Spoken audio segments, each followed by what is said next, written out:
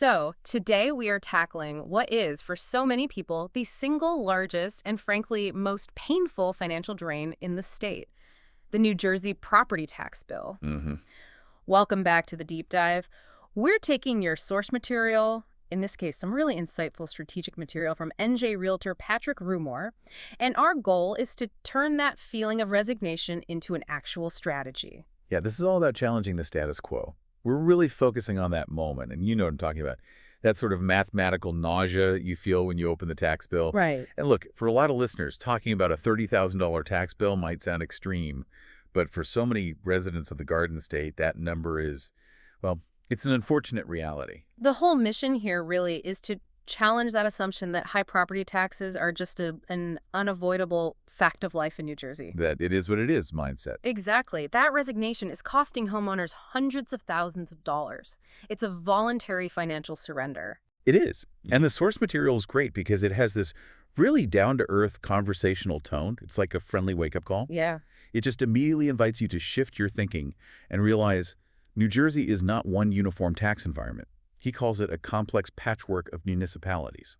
And understanding that patchwork is the first step, that's a crucial starting point. You're not buying into a state. You're buying into one of 564 different financial ecosystems. So before we get into the towns, we have to talk about why this bill is so different from every other cost of owning a home. Because this is where the real damage starts. Okay, let's break that down. Well, the author points out that property taxes are just fundamentally unique. Think about your other costs, right?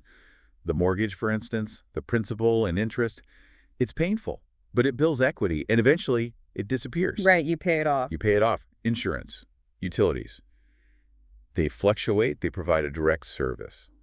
But property taxes are what he calls an ongoing withdrawal from your household wealth. They're just pure overhead. It's money that doesn't build equity, it doesn't improve your personal asset, and it definitely doesn't compound in your favor. It's just unproductive capital that vanishes the second you send that check. Precisely.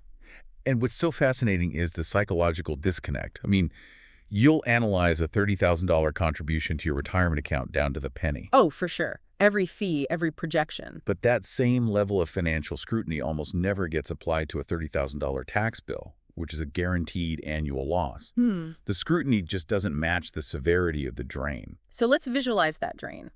The source material has a great example that makes the numbers really jarring. It does. We compare two homeowners. Let's call them homeowner A and homeowner B. Homeowner A pays $30,000 a year in property taxes.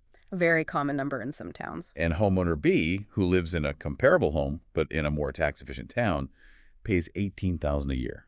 So that's a $12,000 difference right away. Instantly. For homeowner B, that's like getting an after-tax raise of $1,000 a month. That's cash flow that's immediately available. Okay, now let's stretch that out. Right. Internalize that over time. Yeah. A $12,000 difference, you multiply that over 20 years. Which is a big chunk of most homeownership periods. And it totals $240,000. $250,000 is just gone for homeowner A. Wow. It never built value, never provided a return. I think most people are running that number in their head right now and just feeling that mathematical nausea you mentioned. That $250,000 could have been used for so much. Well, paying down the mortgage faster, college savings, retirement, or just creating what the source calls financial breathing room. Which brings us to the system itself. Once you really get that $240,000 number in your head, you have to ask, how? How can taxes vary so wildly in towns that are just minutes apart? And that takes us into that complex patchwork. What actually defines these different ecosystems? It really boils down to one word: reliance.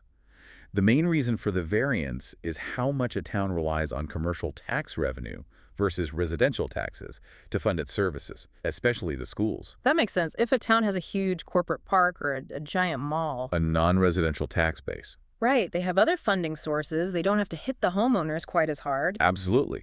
And the comparison is so clear. A town like Paramus benefits enormously from its massive shopping district. It has a strong commercial base, which lets them keep residential taxes relatively low, even on expensive homes. Okay. And the flip side? The flip side is these highly desirable, often older, primarily residential towns, think Maplewood, Montclair, Glen Ridge, they have very limited commercial areas. Because they have no choice. They have to rely almost entirely on residential contributions, and that results in much higher tax bills for comparable homes. Okay, so just looking at the final tax bill isn't enough. I mean, a $30,000 bill on a mansion is one thing, but on a starter home, it's a different story. We need an apples to apples metric. And that metric is the effective tax rate, the ETR. Most people just look at the general tax rate the town publishes, but that's based on the assessed value of your home, which can be wildly out of sync with its actual market Right. value. So how do you calculate the true rate, the ETR? It's simple. You take the annual tax bill and you divide it by the home's current market value. That ratio is the ETR. It tells you the true tax burden you're carrying relative to what your asset is actually worth. But wait, here's the worry every family has. If a town has a low ETR, doesn't that just mean they're underfunding their schools? That the low tax bill comes with a hidden cost for your kids? That is the most common and, frankly, the most important objection. But the data often shows the opposite. Really? Yeah, many of these places with huge commercial centers like a Paramus or a Malwa have excellent school systems. They can deliver strong services because that enormous non-residential tax base subsidizes the whole budget. So a low ETR doesn't automatically mean bad schools. Not at all. In fact, a lower ETR often signals things like strong demand, healthy municipal budgeting, and this is key, better long-term appreciation potential. Okay, let's talk about that. Why would a low ETR lead to better appreciation? Because it creates sustained demand. It just makes the home more affordable to a wider pool of buyers, which keeps prices strong. That tax efficiency improves the total monthly cost of ownership, and that pulls in more buyers who are trying to maximize what they can afford. So it's about buying power. Let's look at some real-world examples. The source material gives these incredible regional patterns. Let's say you're buying a $1 million home Okay. in a high ETR town like West Orange. That home might have taxes between, say, $28,000 and $32,000. But you go to a place like Paramus, and a similar home, it might be $17,000 to $20,000 Wow, that's a difference of $8,000 to $12,000 every single year. every year. And the pattern holds as you go up in price. A $1.2 million home in Maplewood could easily be in the $32,000 to $35,000 plus range. But in a town like Upper Saddle River, You might be looking at $18,000 to $24,000. That's a gap of $12,000 or more annually. and that consistency has a direct impact on how much a lender will approve you for, right? It all goes Right. back to PITI. Exactly. Principal, interest, taxes, and insurance. Lenders calculate your max purchase price based on that total monthly payment and especially your debt-to-income ratio, your DTI. So if the T for taxes is lower, it frees up room in that DTI ratio for a bigger mortgage, more P&I. That is the core mechanism. A lower tax bill translates directly into drastically more buying power. The source material estimates that a $1,000 a month reduction in taxes could boost your buying power by somewhere between $150,000 and $190,000. It's jarring. You're not cutting corners, you're just shifting the math. You get an instant boost of over $150,000 just by being strategic about where you buy. And this brings us to the anecdote in the material, which just hits so hard. It's about a couple paying $34,000 in taxes. And they just live with the assumption that every better town was simply out of their price range. Yeah. They were just stunned to find out that homes in nearby, highly admired towns had taxes in the $18,000 to $22,000 range. So what happened? They realized they could trade their house for a bigger home in a neighborhood they liked more, with lower taxes and a lower total monthly payment. The only thing holding them back. Was a set of assumptions that were not true. It was just habit and fear. That really is the heart of this deep dive. The financial reality is often hidden by what we're told we just have to accept. Right. Okay, we absolutely have to talk about the elephant in the room. The SALT deduction. State and local taxes. For years, that federal cap was only $10,000, which just felt punitive when you're paying 30 grand. But the rules have changed. Temporarily, that's the key word. Ah, The SALT deduction covers property tax, state income tax, local taxes. And yes, a recent change increased the cap up to $40,000 for the tax years 2025 through 2029. So for the next few years, that sounds like major relief. Does this kind of neutralize the problem of a high tax burden? It definitely provides relief, Yeah. but it does not neutralize the drain. And we have to talk about the 2030 financial cliff. What do you mean? Let's use a scenario. Say your total state and local taxes, property, plus income are $60,000. Even with the new $40,000 cap, you can only deduct $40,000. So you still have $20,000 with absolutely no federal tax benefit. None. But the real issue is that 2030 cliff. That $40,000 cap is scheduled to revert back to $10,000 in 2030. Ouch. So if you're banking on that higher limit, you are essentially planning for a massive sudden tax hike in 5 years. You have to plan for the possibility that the cap reverts. So the psychological feeling is relief, but as you're saying, relief isn't a financial strategy. No, the money you don't spend is always better than the money you deduct. Even if your entire $30,000 tax bill were fully deductible, which it often isn't, that money is still leaving your pocket every year. Right. Reducing the amount you spend in the first place is always the superior financial outcome. It stops the drain entirely. Okay, so let's get strategic. How do we turn this awareness into a real plan? The source gives a very clear homework checklist. It starts with defining your lifestyle priorities. Walkable downtown versus quiet streets, lot size, commute, The basics. the basics. Then you identify your financial comfort zone. Not the absolute maximum a lender will give you, but the sustainable monthly cost you actually want to carry. And after that, it's research time. Yep. Compare 3 to 5 towns side by side. You're looking at the ETR, the school ratings, the amenities you need. And then the crucial step, you have to go there. You have to visit in person, Yeah. drive around at rush hour, on a weekend, in the evening, get the town's feel. You need that combination of logic, the ETR spreadsheet, and emotion from the in-person visit.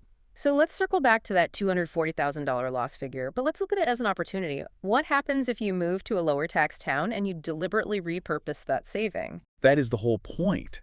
The money shifts from being an expense to being a wealth-building asset. The source has a great example. Yeah. If you save and invest just $10,000 a year, a typical tax difference, at a conservative 5% return, after 15 years, that could generate over $200,000 in future value. That is wealth that would have otherwise been guaranteed overhead. So that's compounding working for you, not against you. Yeah. But you said this requires intense intentionality. It does. A lot of homeowners get what you could call tax blindness.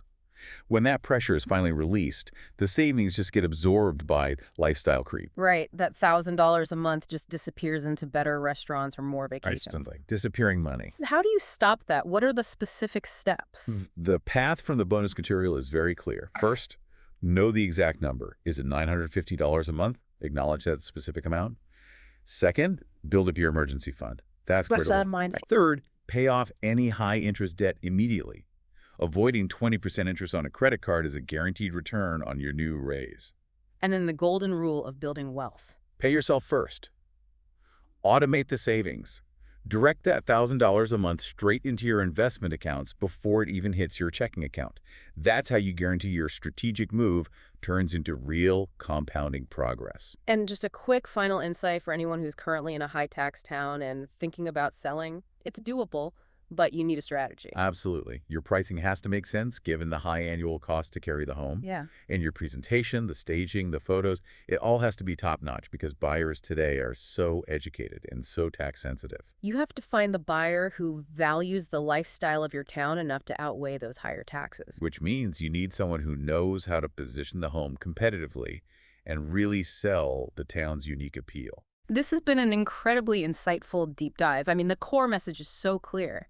You actually have the power to reshape your financial future by looking at New Jersey through a strategic lens, not one of resignation. And to leave you with a final thought, adapted right from the source material, just take a moment and ask yourself, if my taxes were $8,000, $10,000, $15,000 lower each year, how would my life actually change? What would I do with that money?